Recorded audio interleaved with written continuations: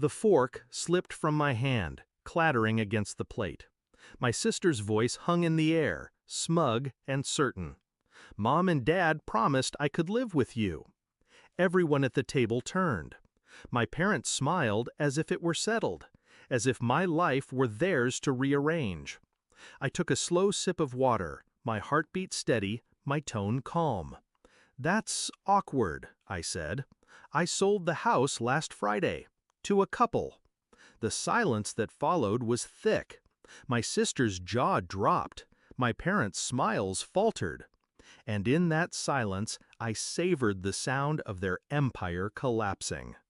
You need to understand, my sister was always the chosen one. Spoiled, entitled. Every toy, every trip, every indulgence handed to her like tribute to a queen. And me? I was the afterthought. The reliable one, the one expected to sacrifice. When I bought my house, it was the first thing I truly owned. A fortress of independence. Mine. But to them, it was never mine.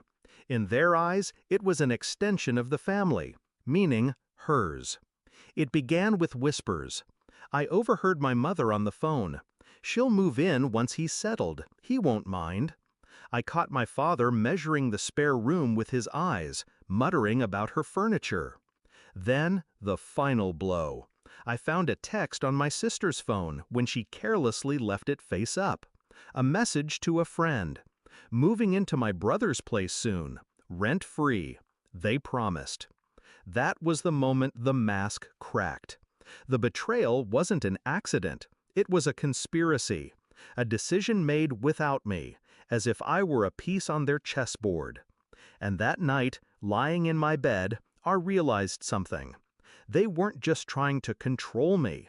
They were erasing me. I didn't rage. I didn't confront. I planned. Anger burns fast. Revenge is slow, deliberate, surgical.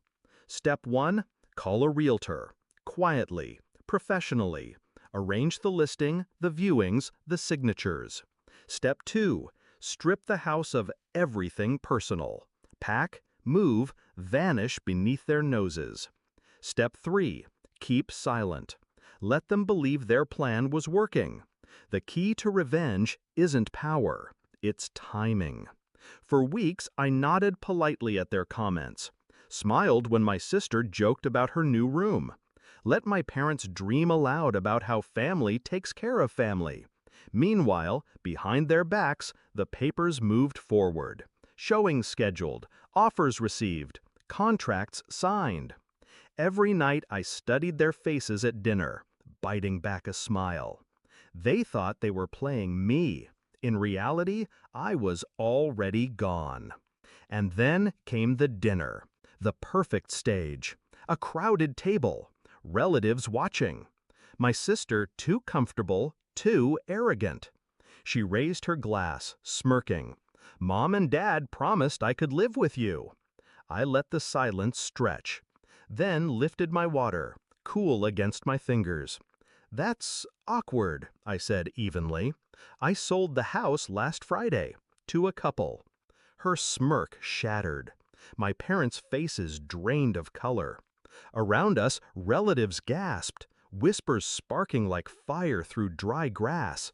My sister sputtered, You can't just—" "I can," I interrupted, calm as stone, "because it was mine, not yours, not theirs. Mine." Their empire of entitlement crumbled in that moment. Every unspoken assumption, every manipulative plan, gone. A week later, the house wasn't mine anymore, but neither was it theirs. My sister raged, begged, accused. My parents called me selfish, cruel, ungrateful. But their words didn't touch me, because I was free. They thought they'd cornered me, that family loyalty was a chain they could yank forever. But I cut it clean. I didn't just refuse to give her a room, I erased the room from existence. And as I locked the door for the final time, keys cold in my hand, I felt no sadness, only clarity. They wanted to use me. Instead, I used their greed to destroy their plans. They thought I'd be their safety net. Instead, I pulled the ground out from under them. And the sweetest part? I never raised my voice. I just raised a glass.